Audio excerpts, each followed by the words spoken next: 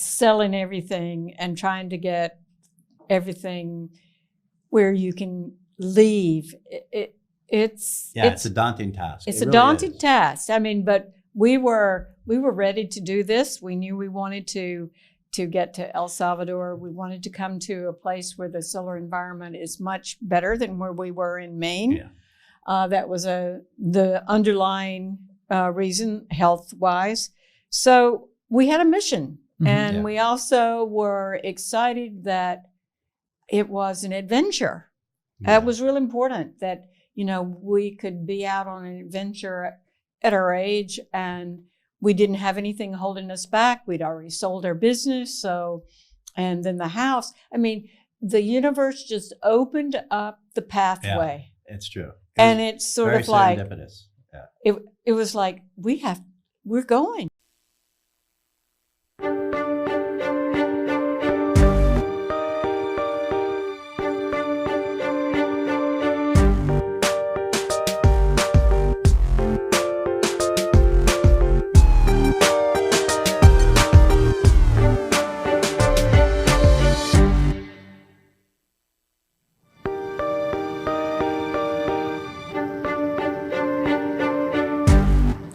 Welcome back. We're live one more time from Bitcoin Beach. This is another show that the big boss, Mike Peterson, is not going to be here, but I'm going to do in the interview today. And I'm super excited to have you here, guys. Tom and Nancy, welcome. Thank you. Thank you. Chimbera. And you are the big boss, bro. I'm the mayor. Okay. That's what people say. So welcome. I'm super excited to have you guys because I think this is gonna be a great show. You have a lot of things to share with people, and I personally, I'm gonna say in the show. I always say it. I admire you guys. Well, thank you. That's really nice of you to say. So we're flattered to be here, and thank you for inviting us. Absolutely. Thank you for taking the time and being here. So where we started, you told me before the show there are three people that play a big role. Absolutely. And why you are here. Absolutely. The three people, shall I mention them? Yeah, So sure. The first guy that I should mention is Dr. Jack Kruse. Mhm. So Nancy and I are followers of Jack's decentralized medicine protocol. It deals a lot with nature and mitochondrial medicine. And so Jack Kruse is definitely number one for my shout out. Number two is President Bukele, because President Bukele has really set this little country up to be something really dynamic. And the third guy would be Satoshi Nakamoto, which we don't know who that guy is, but we know what he's done. Yeah. And he's produced something that's truly wonderful for the entire world. And President Bukele has recognized that this is something that's really special. And he's given a gift to his people he's given a gift to everyone, but a gift to the people of El Salvador. And I'm really, really excited to be here and help in that adoption, because that's where we are in that adoption phase here. Yeah, no. And I think the three people that you mentioned, I know the Jack, I know Dr. Jack Kruse. He's amazing. I remember the first time I met him, he say, I'm going to make a lot of people moving here to move here. You know, I kind of don't believe him in the beginning, Right. but I have been seeing a lot of people that have been coming here because of Jack. Yeah. So this is really amazing. Yeah, we just onboarded a new guy this week. Jack's here in country right now. And so we met with one of his members who was from Utah, I guess. And was going to build in Utah, and came down here, brought his family, reconnoitered the place. His family went back, and we were sitting having lunch, and Jack said, you need to get down here. Yeah. And so he had to call his wife, and they worked it all out. And so he's looking for a property right now in San Blas that they're going to rent, and he's bringing the kids down. They're going to homeschool them, and so So we've just onboarded somebody else to move here. But I can remember when you met Jack, He did a Q&A, which he does once a month for his members. And on the Q&A, he was talking about the fact that he was here in El Salvador. El Salvador was taking Bitcoin, blah, blah, blah. I mean, there was a lot that he was covering, but I got so excited. I was like, Nancy, we got to book a flight. We got to go down and check this out. And so that's the first thing we did. We came down here. We got here in December. No, well, we came here in September. September, it was your birthday. That's right. We came here in September. Yeah. So and before I left, I thought, let's just call the realtor and, put the house on the market while we're gone, just for, see what happens. And I remember because you met with Lexi, that is my partner in the real estate business that we're running here. He loves to look at real estate. And I remember Lexi told me, like, I met with this couple that they say they were back to the USA, sold everything there and moving to El Salvador. I don't know, many people say that, but we will see. Yeah, right. But after 1 month, you were here. Yeah. So I would love that you can tell us about your experience, like completely like relocating from the USA to El Salvador. How was that? Wow. Well, I think just, selling everything and trying to get everything where you can leave. It's a daunting task. It's a daunting task. I mean, but we were ready to do this. We knew we wanted to get to El Salvador. We wanted to come to a place where the solar environment is much better than where we were in Maine. Yeah. That was the underlying reason, health-wise. So we had a mission. And we also were excited that it was an adventure. It was really important that, we could be out on an adventure at our age, and we didn't have anything holding us back. We'd already sold our business. And then the house, I mean, the universe just opened up the pathway. Yeah, it's true. And it's sort of like, yeah. It was like, we're going. I mean, there was nothing that kept us from, there was no sign that says, no, this is bad. I mean, even coming down here for the first time, the flights weren't delayed because we came from Maine. Yeah. There was nothing. I mean, the doors just opened. And so. Yeah, we stayed at the Garden Hotel. Yeah. Bo was just a super to us. I mean, he was very helpful. He introduced us to Lexi. And through Lexi, we met Jorge. So we got to know a little bit about the whole house right off the bat, which was cool. But Bo was really great. And we met our lawyer there.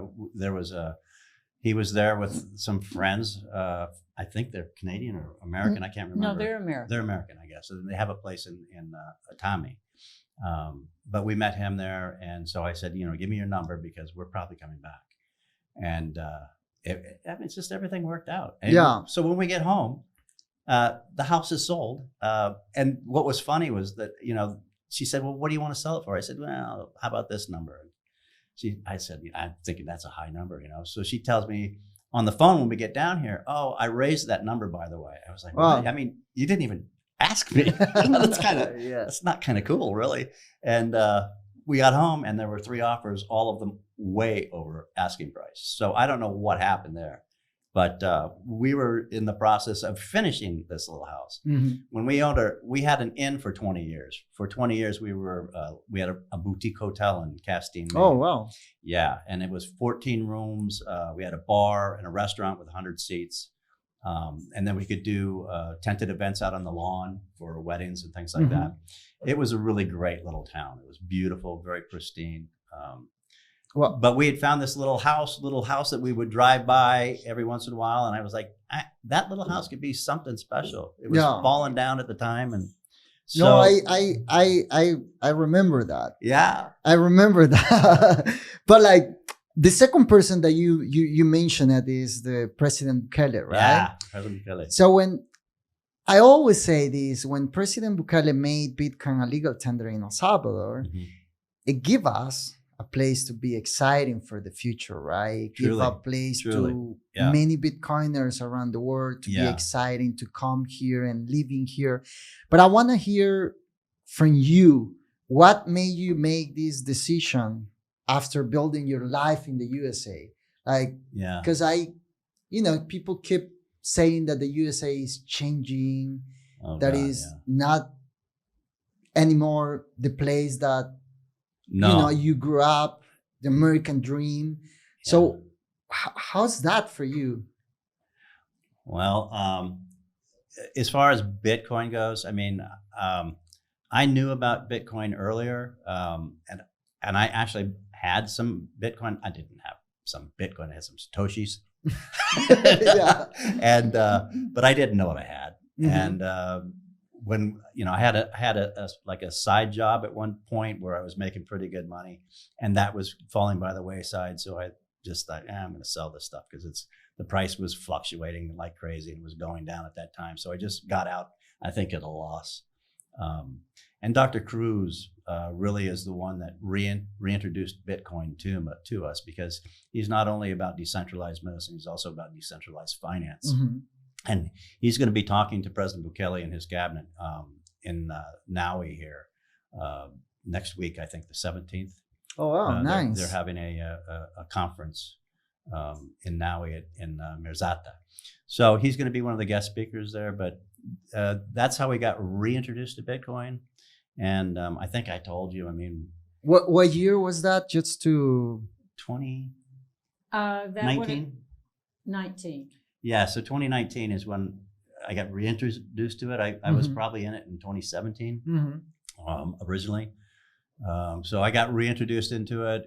We didn't have a lot of liquid cash at the time. So by the time I started freeing up cash, Bitcoin had already started, climbing to the heavens. And I followed it all the way to the top. When we got back and sold our house, I had some cash. So I bought some at the top and followed it all the way down. I'm sure it happened to many people. But it's great to learn to hodl. And I can remember hearing American hodl say, hodling is really hard. Yeah, and he's right. When you see, the kind of money that, it's not a lot, but it's what we had, and you see that kind of starting to evaporate. It's kind of shocking, but then you start to really dig in and learn about what the asset that you own. And then you start to realize this is no big deal. We are so fortunate to be able to have what we have.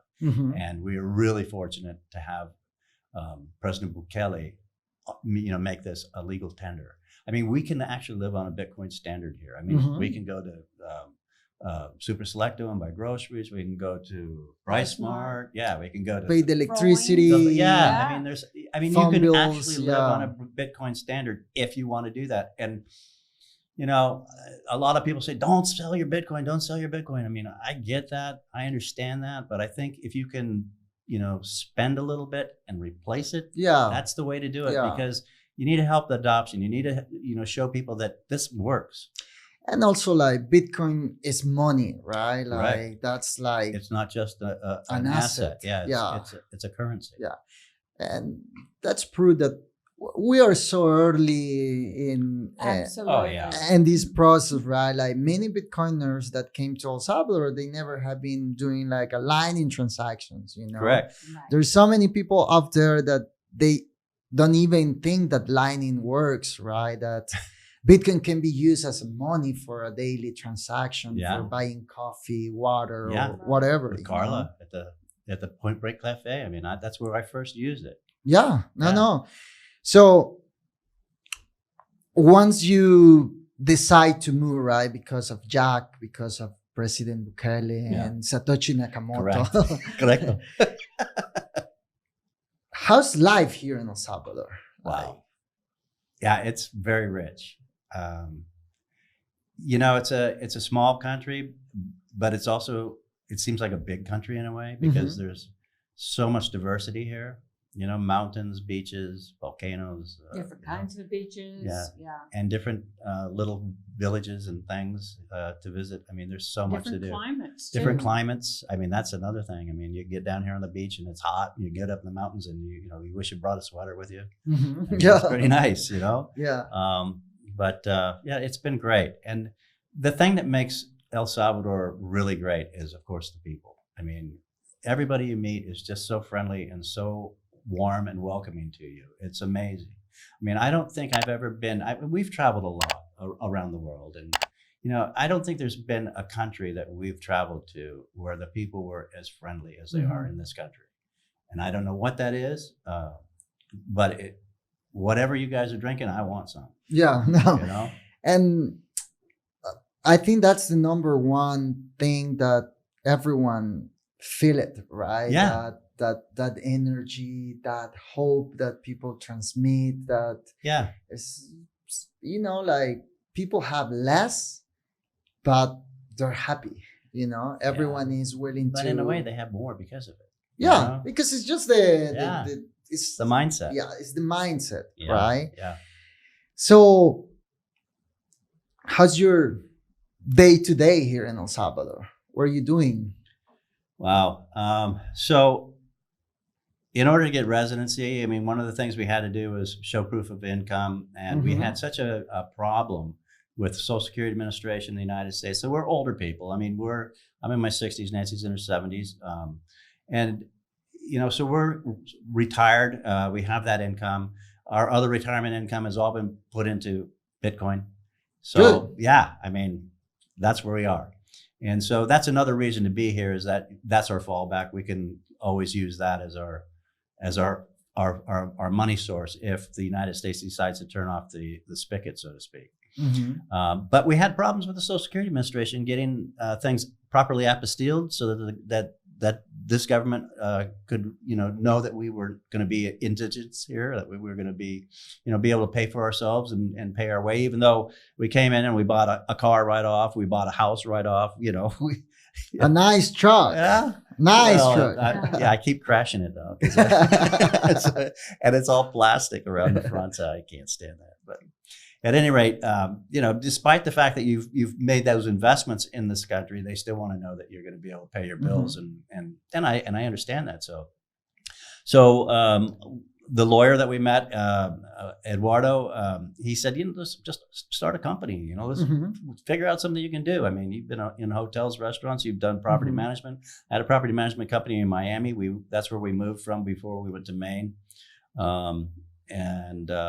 and so we started a company, Grupo del Pacifico de Salvador, and that's our little company. And I have since partnered with a Salvadorian gentleman here, Eric Aqueta, and he's a civil engineer, and so he's very familiar with building and things like that in this country. And so we went out and purchased a lot in Tommy, and we've got an architect, and we're designing something to build, and that'll be our first. And so we're starting. We're doing something, and I think it's going to be great.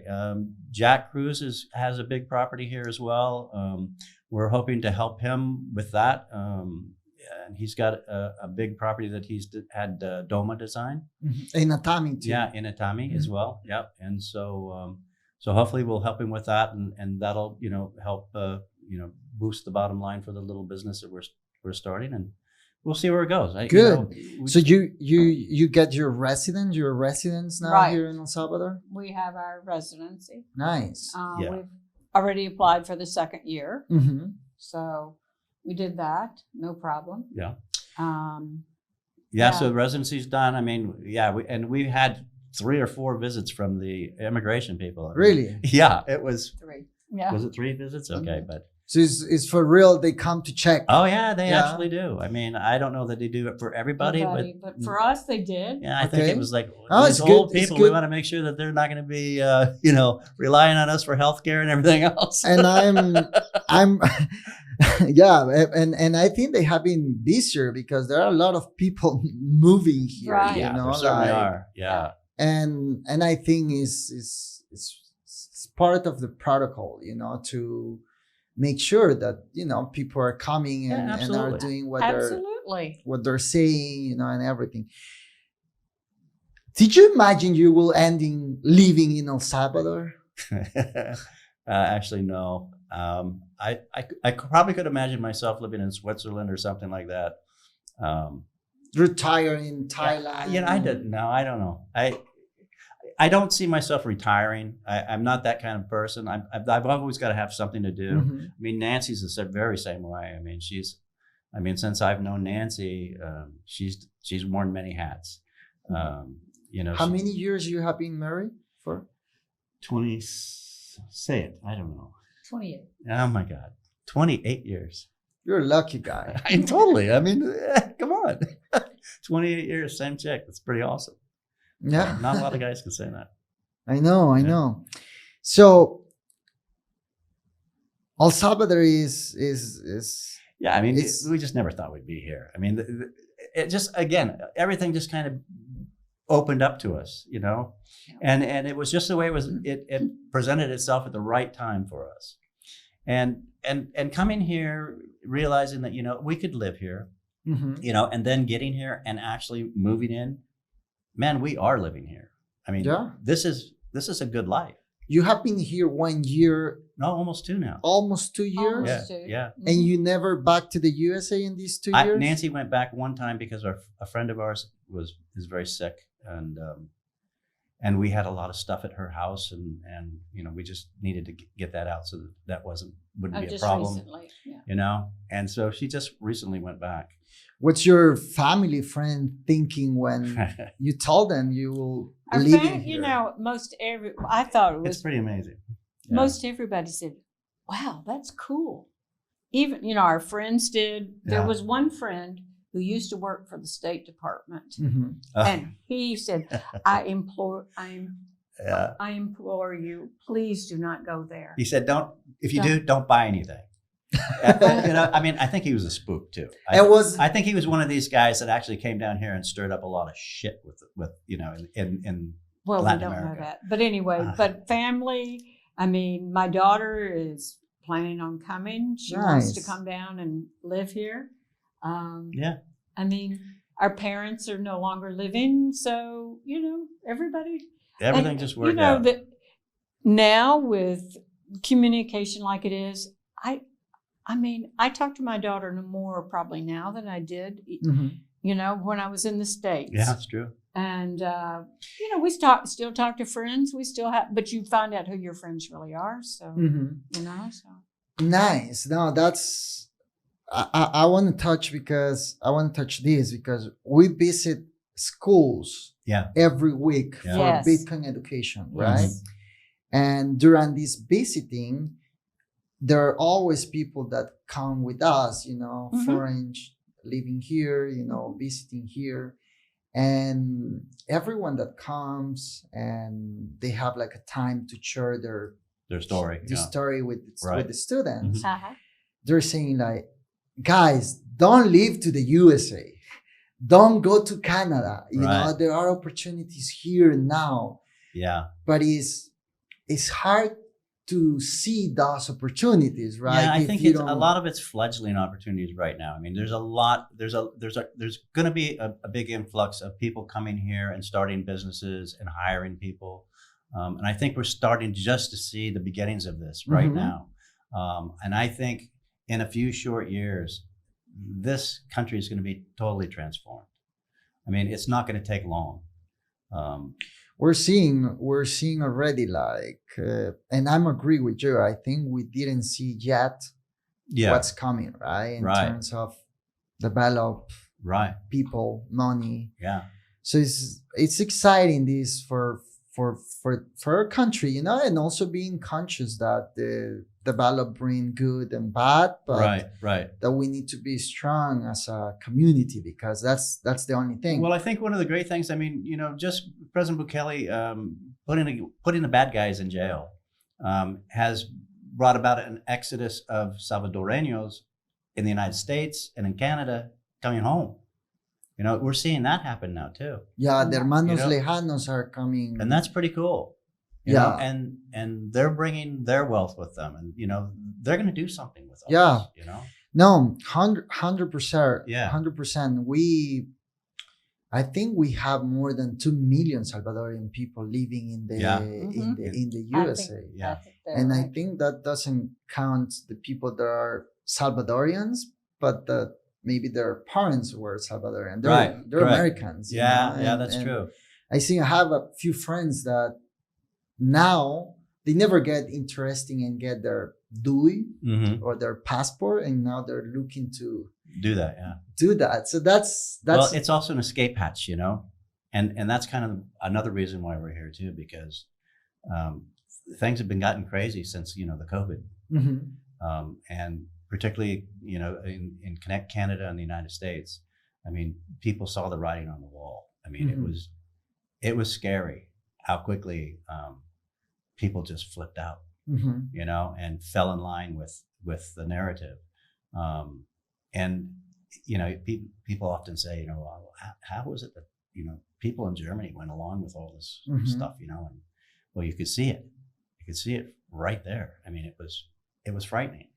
And so this was kind of an escape hatch too. This was like, you know, I don't want to be around when this gets really bad, because it's going to get really bad. Yeah. Also, one of the things is the pride, right? When you feel pride about your country, about the system that is, about your leaders, you know? Yeah. And you guys, you built your entire life in the USA, right? Yeah. How, I would love you to touch that, because I think is we keep hearing like the USA is changing, right? Yeah.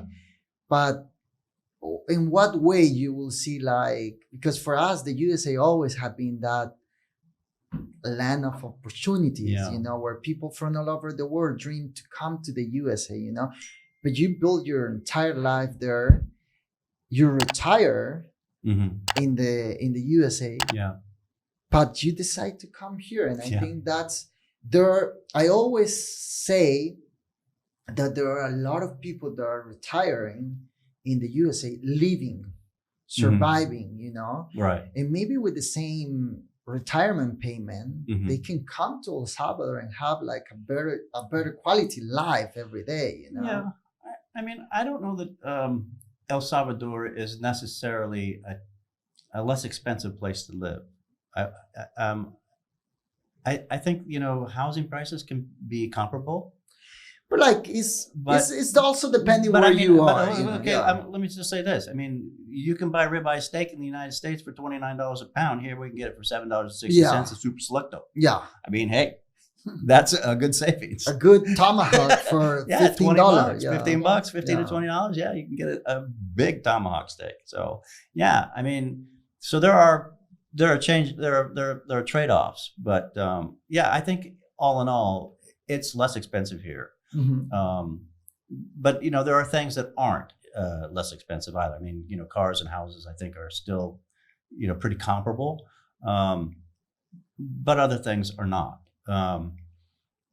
And you know, the thing about, you know, in the United States, I really see an economic calamity coming, and the United States, people in the United States have a long way to fall.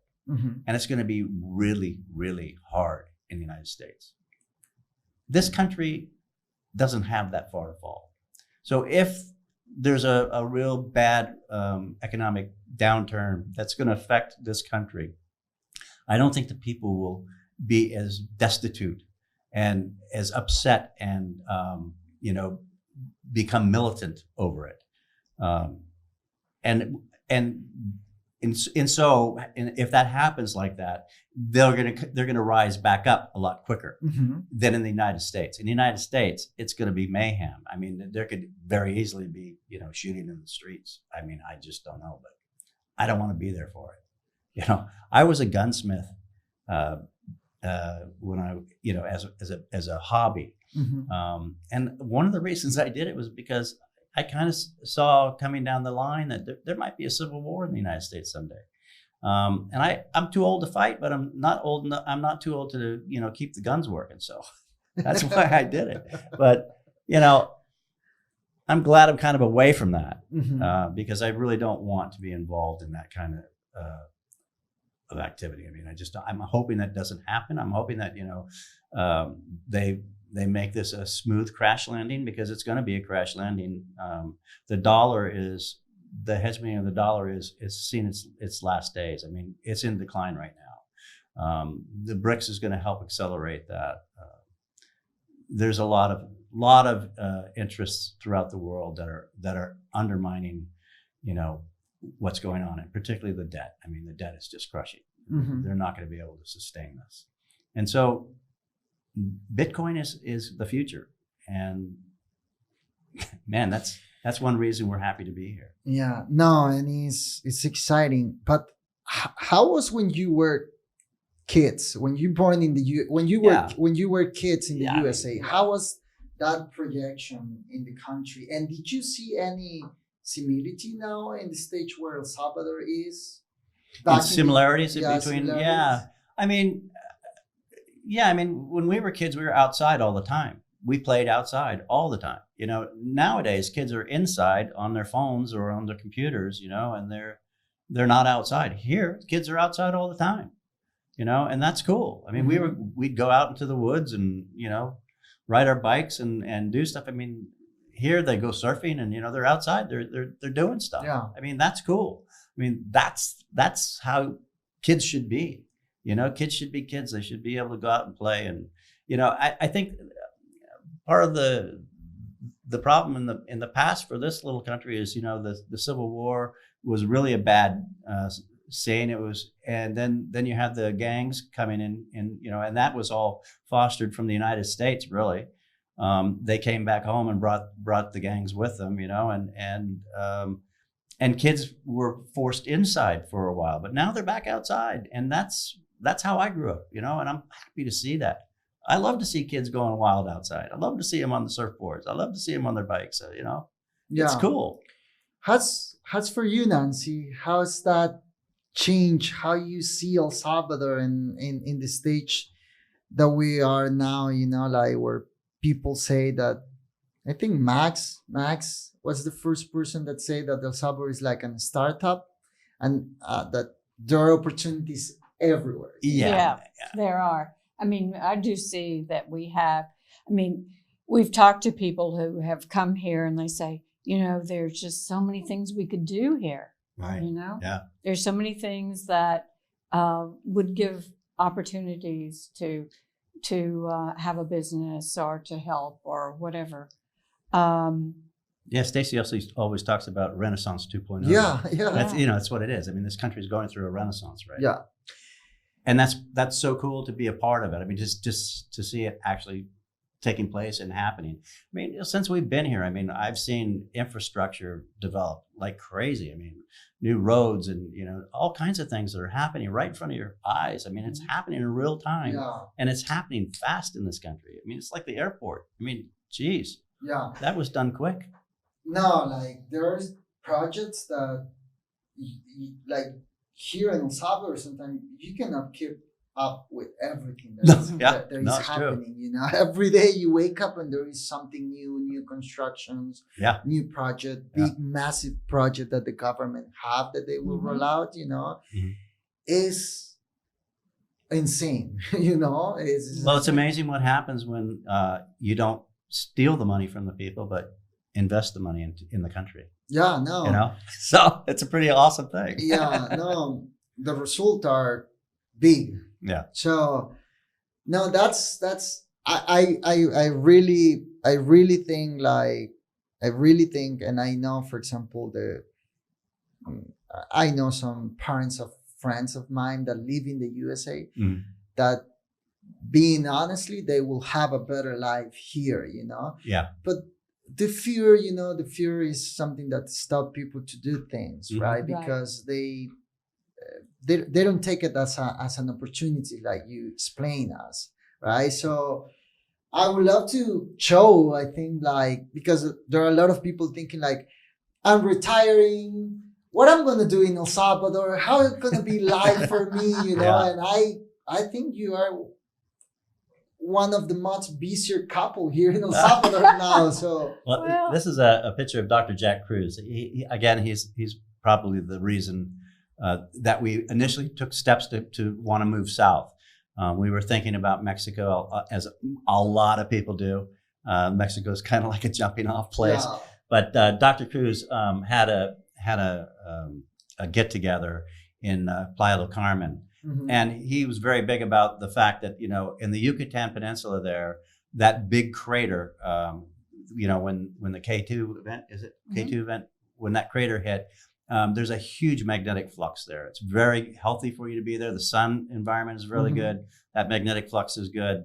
And the cenotes are wonderful because Yeah, you can get no. CT, which, cold thermogenics. Mhm. So that's all good for your mitochondrial health. But when he came to El Salvador, he was like, the magnetic flux is off the charts because we have all these volcanoes here. Mhm. We're farther down. We're at the 13th and a half latitude north. So you've got good solar environment. He's like, this is a no-brainer. And Yeah. now with Bitcoin, you should come. No, I think we're gonna try to get I Jack hope you do. into the I'll podcast. help. Yeah, I'll see if I I'm can gonna help reach make out that to happen. him because I think yeah. he have a big follow, and I think his job is Yeah. he's Yeah. helping a lot of people. So I mean, the guy's super interesting to talk to. I mean, a lot of it will be like over here, and you'll be like, I don't know. But no, we're gonna try to get him for sure. Yeah. So can we? So he's a neurosurgeon, and this is the second reason we're here is President Bukele. Yeah. I love that picture of him. I think it's really cool. That's a current one. He's gonna go down in history He for already is. many reasons. Yeah. You know, he's He's nobody likes him. He's like 93%. yeah. I think that's what Biden has, and the opposite. 93% of people don't want that guy there. Oh my God. Yeah, and so here we got the country. I love this because you've got the I don't know who that is on the horse. Maybe you guys can enlighten me, but you have the sun, which is important to us because that's That's why you are here. that's right. Why you're here Yeah. because of the solar environment. It's stable. You got the picture of all the little volcanoes and stuff. I mean, this is a cool little country, and they got the beach. I still haven't gotten up on a surfboard, but once fell over real fast. But we need to work in I know. that. I don't know, man. I'm pretty old. You're gonna have to put a seat on that thing for me. What about this? If you cook the barbecue, I will teach you, sir. Okay, good. Okay, You got it. all right. All right. Okay, so this is Eric Arqueta. This is my partner. Okay. So he took us up to this great place overlooking Lake Ilopango and San Salvador in the back there. But I think it's called the Three Stones or something like Oh, that. yeah? Do you know the Tres place? Beautiful. I Piedras. never Tres been. But, Piedras. See? I never Tres- been, but Yeah. the view is. Oh, it's beautiful. Yeah. Oh, the view is We great. had seen a property on the other side of the lake that I almost bought. It was just right on the water, but something kept me away from it, and it's too bad because I love that lake. I think it's beautiful. It's What beautiful. kept us away, it took us 4 hours to get there. Yeah, that's what it was. And You had to drive through Soyapango and Iopango on the Mhm. way. That road is terrible. It just gets so clogged up. You get one guy break down, it's stopped. yeah, no, You know? I know. But this area here, for example, for sure is gonna be more cheaper to live in. Oh my God. In these. So, you've got Lake Coatepeque where all of the rich people have Mhm. beautiful homes all Mhm. around Lake Coatepeque. And Lake Coatepeque is nice, don't get me wrong, but I think Ilopango is much more beautiful. I mean, it's much more interesting topography. It's not like you're just sitting in a crater Yeah, with a lake and an island. yeah. This has got a lot more interesting things going on. I don't know if you play golf. Yeah, they have a golf course over It's there. beautiful. Really? You play golf? Yeah, it is. It goes Oh my around God. around the lake and it's gorgeous. Like, Yeah, yeah. Beautiful, Yeah. beautiful, beautiful. And if you become a member, you can also be a member at the club down here, I think, the beach club, the Well, then maybe. Salvadoreño. Salvadoreño. I Yeah. think so. Yeah. there's So probably- for all the people out there that play golf, we Yeah. have like a few Yeah, golf but courses they're here. private, and there's no public golf courses here. That's another thing we got to start. We need to start a public golf course. Yeah. Now here, that's true, but You can help us with this. We have to find a good piece of property to put a golf course on. yeah, we can talk to Jack. There you go. But Oh Okay, yeah, so- that's the castle. yeah. Well, this is our little house that we're working on, and that's my contractor there, Abillo. He's a great man. He's a very gentle soul. He lived in the United States, working in Texas and I think in Florida. No, in Virginia. Virginia, that's right, Virginia and Texas. But he's come home, and and he's got just He's doing construction. yeah, he does construction work, and he has really nice people working for him. So it's taken a while to get things done, but You keep adding things. yeah, that's and, true. This is the end result of his labor. I mean, that's our pool. But Yeah. by the way, the pool was not there when you I bought know it the was house, a hole, right? No, How it no, it was just a mound. It was just Yeah. dirt. Yeah. But they dug it by hand with shovels and picks, and some of the boulders they took out of that hole was unbelievable. That's That's right. life. There you go. That's how you spend your days, That's right? what retired guys do, right? Yeah. Yeah. So that's our big Conacosta tree there, so we call the house Casa Conacosta, and you can see the old yellow color that was on it, and we're changing it slowly but surely. So I don't know why we have 5 pictures of mine. So that's Nancy, myself, and Eric, my partner, and his wife, Maria Antonietta. So lovely people. That was up at Cerro Verde. Uh-huh. Yeah, so we're looking back down towards Lake Coatepeque there. Did you hike the volcano? Yeah, well, we didn't No. hike to Santa Ana. Okay. No, we didn't take the time. No, we were hungry when we went and sat in a nice little restaurant they have there. Yeah. It's fantastic. Looking at that. That's Exalta. How do That's you say it? what's the name of the It starts with an it's- X. No, it's Santa Ana and Izalco. Izalco. Sí. Yeah. Sí. Yeah. Yeah. And there I am at the Lake Coatepeque. Lake Coatepeque is beautiful. It's Once nice. once a year, Yeah. sometimes change the color to Oh yeah. Turkey. Around the rim of the Does it? Oh, yeah. and it's beautiful. Well, this Yeah. is another doctor's house. He's I think he's a Ophthalmologist. ophthalmologist, yeah, an eye doctor. But Dr. Kruse had rented that place. And this is the expansion of our little kitchen area. It was really tiny, and we opened it up so we could get full size appliances in there.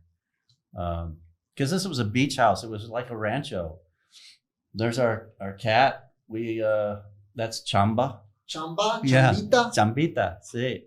There he is, Chambita and his mom. And that's a little outdoor dining area. Looking back up toward the pool. Yeah. Well, there they are when they were building the pool. And I think there's a picture even. How have been the process to constructions, building cost? How you feel that? I think the costs are really reasonable here, to tell you the Mhm. truth. I mean, I think a lot of it has to do with the labor costs are lower. So that's a huge help for you. So when you come here, if you buy, if you come down to the beach, you're more than likely not going to find something that's, Brand new, move in ready, Yeah. and to, shall we say, North American, Standards? standards. So you got to remember, these are ranchos. These are, people with some money that lived they up were in, like vacational homes. yeah, they or- came down for the yeah, weekend or yeah. something. Yeah. And so they were weekend houses. So this was a weekend house too, Yeah. and I mean, there's no hot water. There was no hot water. There's no laundry. There's nothing. I mean, they just went to the beach. They didn't have a pool because, And they didn't have a kitchen, really. they really didn't have a kitchen either. Mhm. So I remember. I know the owner, the previous Yeah, owner. Yeah, I- he was a friend. And, yeah, he's a great guy. yeah, Alfredo. good kitchen. Yeah, so now we have full-size appliances, as you can see, which is nice. So we can actually, bake a cake. And Yeah. where Cooking before- some meat. Yeah, there you go. But that's Chambita. yeah, Chambita sitting up on his wall. Well, So that's the front of the house. yeah. I love these colonial style. Yeah, it's neat. We're trying to go with that and add to it. So it's going to happen. I think it's going to look great when it's all done. Right now, it's just a work in progress, but There's Nancy in the morning sun, which is important. Looking at her phone. Yes, Chamba again on Even one of the Chamba is stones. taking So the these are sun. the stones that came out of the pool hole that they dug it. It's amazing. They did all that by hand and then chiseled it, had to break stuff up.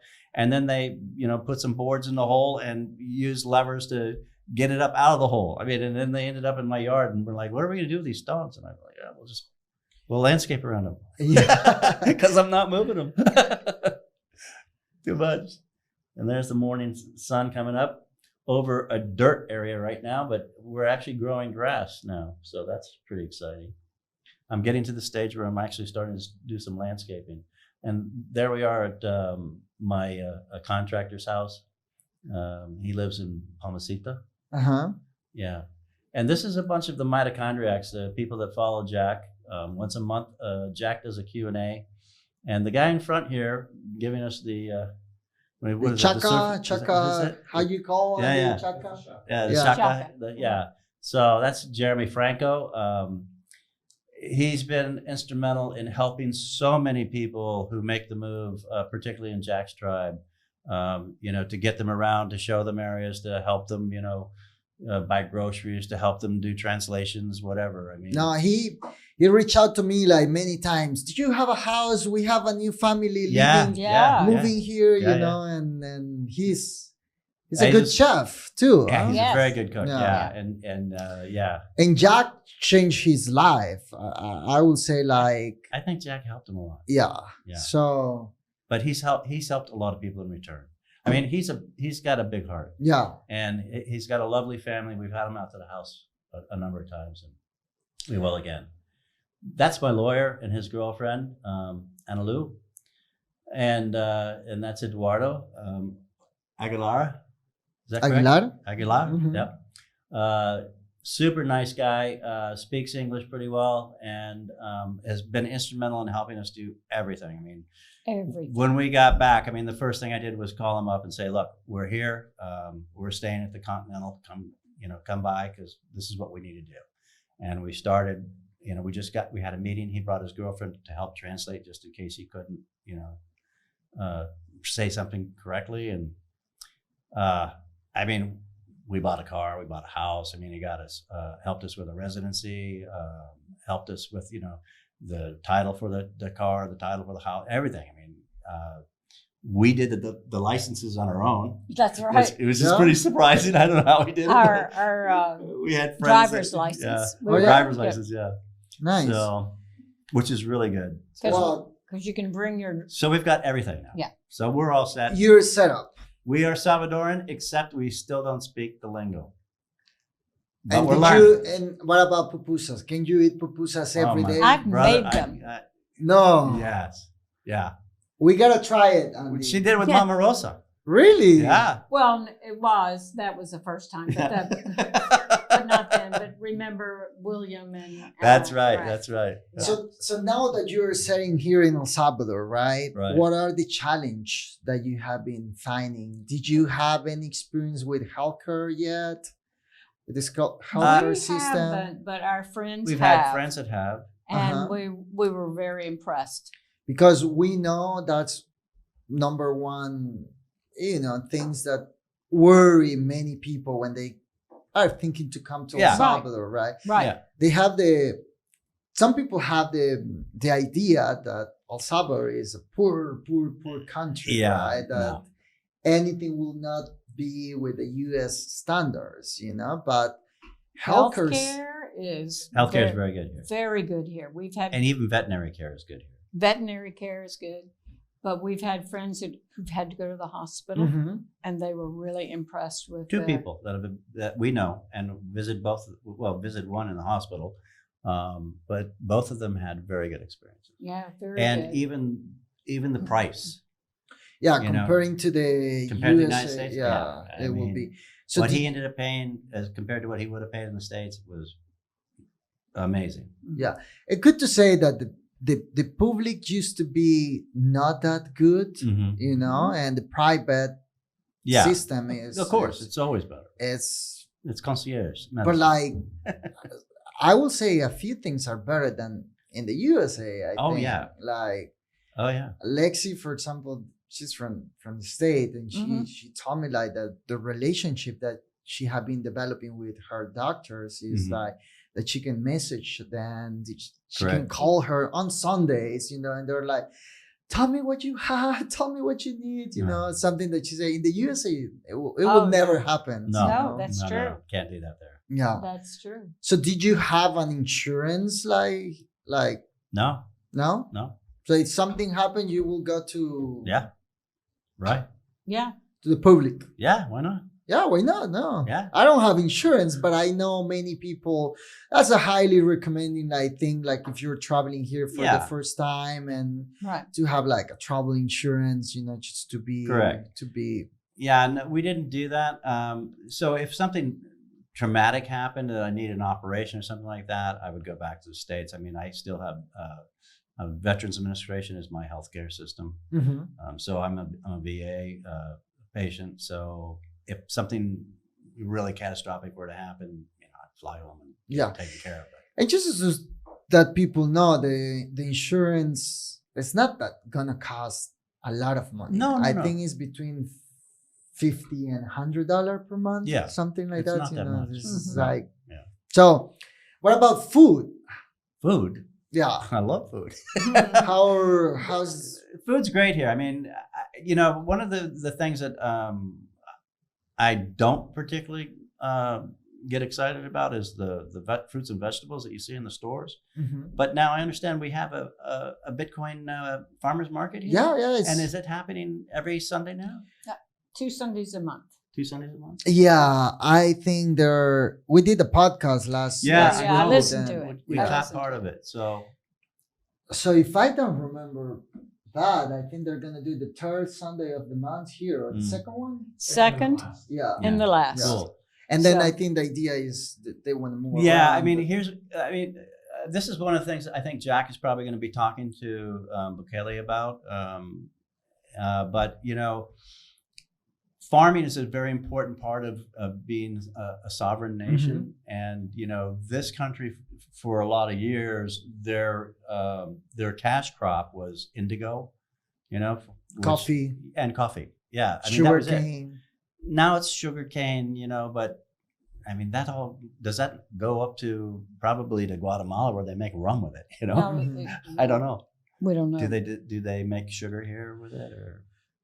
Yeah, I think there are like countries like China, I think, that buy a lot of sugar from. But at any rate, what I was getting at was that, you know, I think the United States came down here and introduced GMO seeds to this country, and that's all they have is GMO now. So we need to get heritage seeds back in this country, back into the farmers' hands, so that when they grow a crop, they can let some go to seed that they can use to, you know, regenerate a new crop the next year. With GMO seeds, they grow a crop, it's dead. That's it. It's not going to produce seeds that are going to grow another crop. You have to buy the seeds again. So now you're at the hands, you're at the beck and call of Monsanto and, you know, these companies that are destroying our food sources, I think. So I hope that we can see this country start using more, producing more heritage seeds, that they can, you know, build a seed bank in this country, so that if something were to happen tragically in the world, you know, like they take over the food supplies or, you know, the whatever, you know, this country can support itself food-wise. No, I think that's one of the projects that they're bringing, you know. I've heard so. I've heard that. Yeah.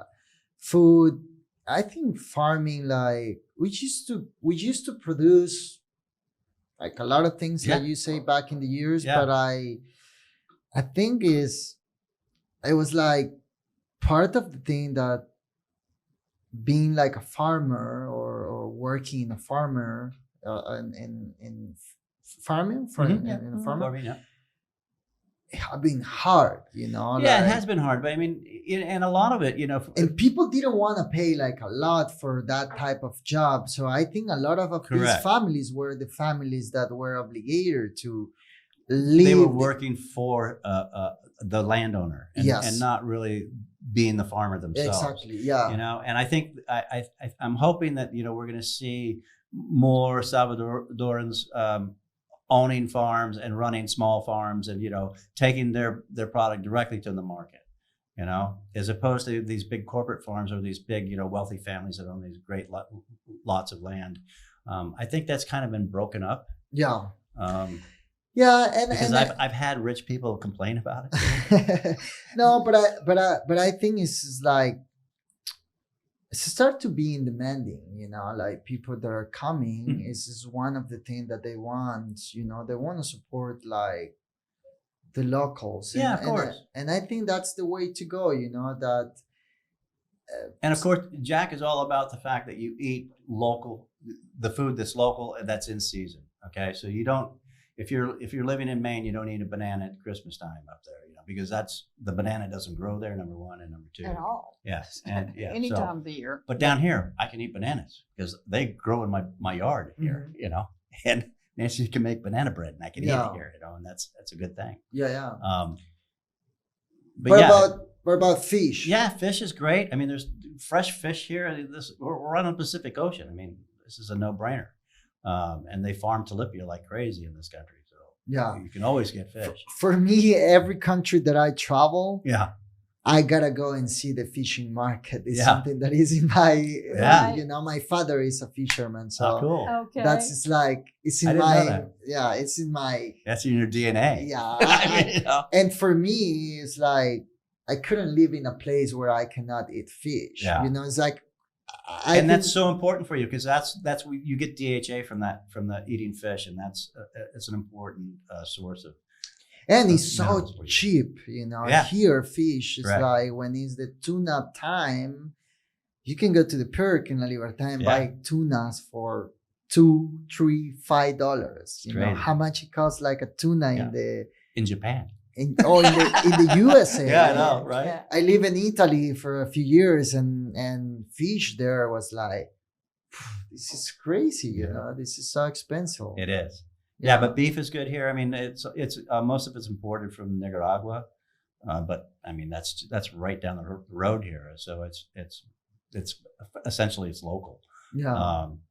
And the poultry is good here. I haven't seen a lot of duck and some of that kind of stuff, but the chicken's good, the meat's good, the fish is superb. So it's just I'd like to see the vegetables elevated a little bit.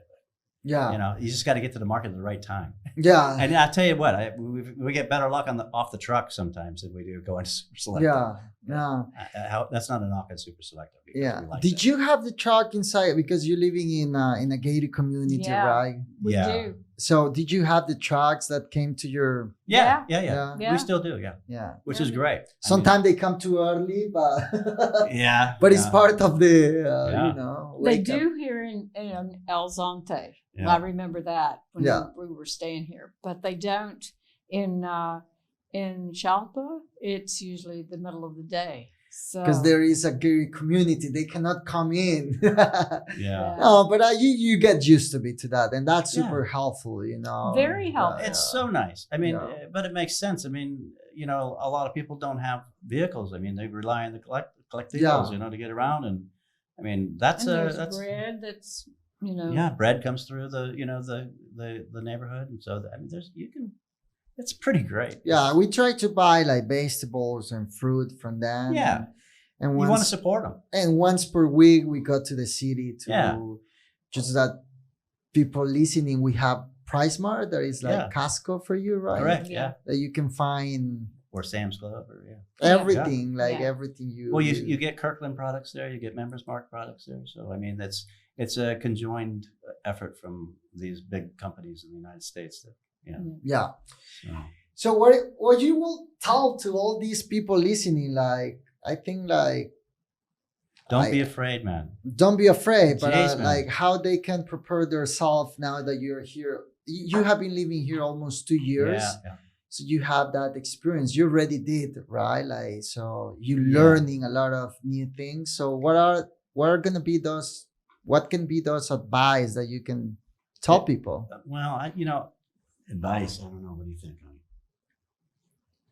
Well, I mean, seriously.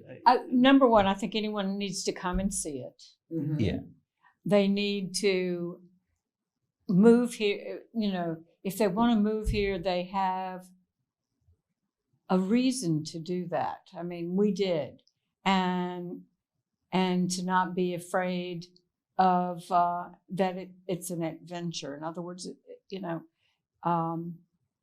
and I think that to prepare yourself, number one, to see, but then to go back and get the documents you need to have apostille, so that when you get here, you can, start grease the applying skins. Because we didn't know about a lot of this stuff when we first got here. Right. When we got here, they started telling us, okay, you need to do this, you need to do that, you need to do that. Man, if I'd known all that beforehand, it'd been helpful. It will be, So I mean, there's places. I mean, like you guys are a good place to touch base with. Jeremy at Escape to El Salvador is a good place to touch base with. I mean, we'll give you our email address if you want. I mean, we'd be happy. We onboard a lot of people in Jack's tribe, right, because Jack touches a lot of people from all over the world. Yeah. So we have people here from Australia, from Europe, from United States, Canada, New Zealand, right. No, that's something really good in this country now, that everyone want to help. Yeah, and they're making it easier. I mean, it's getting easier and easier, and that's a good thing. And I think this country is also going to start making some efforts towards helping people become citizens. Mm-hmm. Do you want to get the Salvadorian passport? Are you kidding me? Yeah, I'd love to. Yeah? Yeah.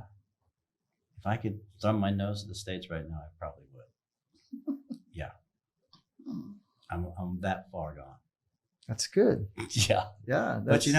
But for those people that are still grasping, mm-hmm. you're a 3-hour flight to Houston and a 2.5-hour flight to Miami. So it's not that far away, Yeah. No, this is I really think like El Salvador can be that place, right, for many people now. Like, it's providing that hope and freedom that you guys. It's opened the doors to the world. Yeah, it truly has. I mean, I just mentioned several countries. People are from far away corners of the world are here now, living and prospering, and it's pretty amazing. Yeah, one of the things also that we're getting in this stage where the country is like we're building the base, we're building the foundation, right? Correct. I think this is the time for the builders, right? People that build. Yeah. But there are like massive opportunities in every corner, right? And that's true. It is. One of the things that it really get me is that with the business, with the real estate, mm-hmm. we get a lot of clients that are entrepreneurial people, smarter mm-hmm. people that, right. They're thinking ahead. And many of those business people, they're looking to El Salvador now to invest now, right? Mm-hmm. Right. But once they come here, they say that the environment here, there is an energy that Correct. Something is moving. Yeah, it's palpable. You can feel it. You can sense it. You can taste it. Yeah. That they want to build things. Yeah. They want to build companies. They are exciting, yeah. and they say that they don't feel that in Canada anymore. No. Right. Yeah. Or in the USA. States. Yeah. No, and true. That's for me. It's something that we never thought that we will be in this place, Yeah, I mean, this is like the United States at the turn of the century, between the 18th and 19th century. Well, I think it's like the 1950s. Yeah. I love that photo that I think President Bukele's put up, and it looks like I think it's a painted picture of like a family sitting in front of a TV or whatever, but it was 1950s. Oh, yeah. You know that one. So I think that's where we are. Is my childhood. Yeah, I'm super excited for what's coming, and I think in the next 10, 20 years. Yeah. It's going to be. Oh, it's going to be amazing. I mean, we are at the cusp of watching this place explode. That's what's really exciting. I mean, because like you just said, I mean, you can feel that things are happening here. You can sense it. You can, the foundation is being built, you know, when the volcano bonds go out and, you know, Bitcoin City starts taking effect. I mean, it's going to be amazing. I mean, it already hit the legislature has made inroads to bringing tech companies here and giving them, you know, breaks. Free taxes for 15 years. That's amazing. Yeah. So, I mean, you got big companies coming in, Strike's coming in, you know, Pax will come in. Yeah, Fold. Yeah. I mean, so it's Phoenix. Yeah, it's great. I mean, this is really super. I mean, and Binance today has just become a legal entity as an exchange. That was new, but I don't know if we need to verify that because we don't know that's true. I don't know. Oh, shoot. So yeah. Okay. But that was the new. I think that we all send each other. You know, did you see this? Yeah. So that's a little bit of how we spend the days too. Right. Exactly. Yeah. Exactly. So. Guys, I think we can keep talking. We could, but you know, this has been so great to sit down and talk with you guys. And this is amazing, and definitely there is something else you want to share or projects that you're doing here because. No, I mean I've worked with architects here, and there's a lot of talented people here. I'm getting ready to start working with some builders, so we'll see.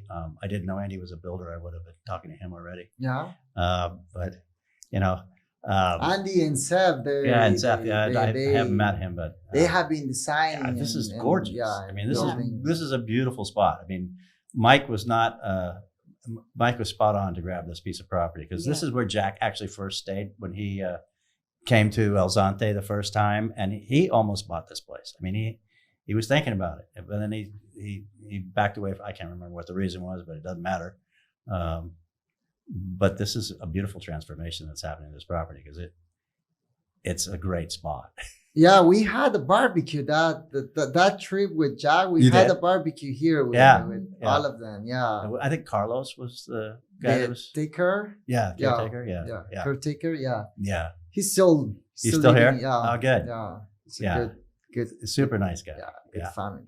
Yeah, in fact, Jeremy, I wasn't here when Jack was here. We came, you know, after Jack had left. That's when we booked and came in September, after he had left. And so Jeremy was showing us around, and he brought us over here to show us where Jack had stayed. And Carlos brought us in and let us, you know, run around and see the place. We went down on the rocks on the beach there. It was pretty special. Yeah. Did you? I'm curious to thinking like, did you? How you see the USA that goes now, you know, like where the USA, where did you see how did it go wrong? Yeah. I mean, you know, I think, you know, when you start learning about Bitcoin and what money really is, you start realizing that, you know, we've all been sold a bill of goods that, you know, the thing that happened in 1913 really was, the private bankers took over the money supply in the United States. And, you know, they've allowed politicians to spend the money just relentlessly. And they print money relentlessly to allow them to do it. And war is a big part of their machinery to make money. And they finance both sides of the wars. They don't care. Money is a big problem, and that's going to be the downfall of the United States, to tell you the truth. And Bitcoin's what's going to save us all. So you will say, so how's it work for you? Like you retire, but you have real estate, Bitcoin, and something else. Yeah. So that's it. I mean, well, you will tell all the people waiting to retire in the next years. Did you think that system will keep running? Don't know. We don't know. We don't know. I mean, they can easily, if they go to a CBDC, I mean, if you do something they don't like, they just switch off your bank account. Your check won't show up. You know, the government will just say, I'm sorry. Yeah. You know, oh, you spent your money on the wrong thing. Or you ate too much cows. You know, cows fart. They're going to ruin the environment. We're going to all die. Yeah. There are a lot of, in the USA, how work, like when you work in your life and you like, you have like your saving, your retirement. You have your retirement savings. You have your Social Security. But you have also the chance to get that money if you don't want it, if you want it, right? Yeah, I mean, yeah, it depends on how you. There's so many ways to plan for your retirement. I'm certainly not the guy to talk to about it because but I think how things are happening, like that's like you can't rely on it. You can't count on the fact that it's going to be there. Okay, I mean, if we go to hyperinflation like they've had in Argentina, I mean, when you were there. Yeah, 1 peso was 280, and now is $1 was 280 pesos. Yeah, Colonia pesos, and now $1 is almost 500 pesos. See, I mean that's hyperinflation. So yeah, I think if that was your savings, now suddenly your savings is diminished by a huge factor. Yeah. No, I really think El Salvador should bet and create like policies for retirement people here. Yeah, I mean, I hope they do, and I think they're going to. I think so. I think that's a huge market, and like a lot of people that like I mentioned, the fear to don't know. Yeah.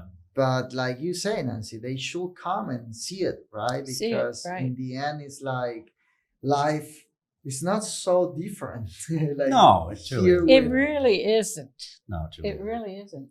And I going back to the people. I mean, the people are just so friendly and so warm and so gracious and helpful. And helpful. Yeah. I mean, but it's just it's a place where you can easily meet friends.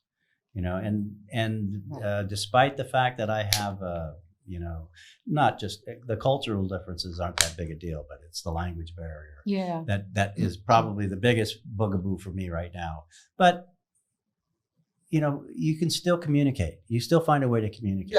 Yeah. And with your phones these days, I mean, you can translate things and you can get around. Speak English. Yeah, and a lot of people speak English, but I mean, it's not as much as like some places. I mean, I think El Salvador, all in all, most people don't speak as much English as you would expect to meet, like in places like in Italy or or Spain, Portugal or something, where they speak Spanish as well, but or a romantic language like Italian and Spanish are pretty similar. I mean, I had a friend growing up from Guatemala, and we did a tour of Europe together when we were sophomores or juniors in prep school, and we were in Lugano, Switzerland. And they speak Italian there, and he's speaking his Guatemalan Spanish, and we're gonna be at Lugano at the conference. That'd be cool. And there's another Bitcoin city, which is cool. And I'm excited. We're gonna be speaker with Mike at the conference. Oh, good. Oh, nice. I speak Italian, so that's right. You said you were there for 4 years. Yeah, I'm excited for that. That's awesome. So this is exciting, guys, and I know I've been meeting with some people doing some develops in these areas, and I can tell you everyone is thinking to attract retirement people to El Salvador. because those people have money, most of them have money, and they're just looking a place where they can be comfortable and live good. Yeah, exactly. Have access to good food. And still have access to go home if they want to. And you do. I mean, it's so easy. It was very easier, right. You get to Houston or you get to Miami, you can get a connecting flight anywhere in the world. Yeah. No. Well, I think this is exciting. Thank you for joining us and share your history. So cool to be here, man. Yeah. Exciting to. I'm really glad Mike wasn't here to tell you the truth. Because I'm a good, right? That's right, man. Like you got it down. Questions. That's right. Yeah. Probing interviewer. So I think we can end in here. Thank you for being here. Oh, Thank you, Yeah. Chimbera. Thank you. Chimbera. Great to be with you, brother. Yeah, thank you.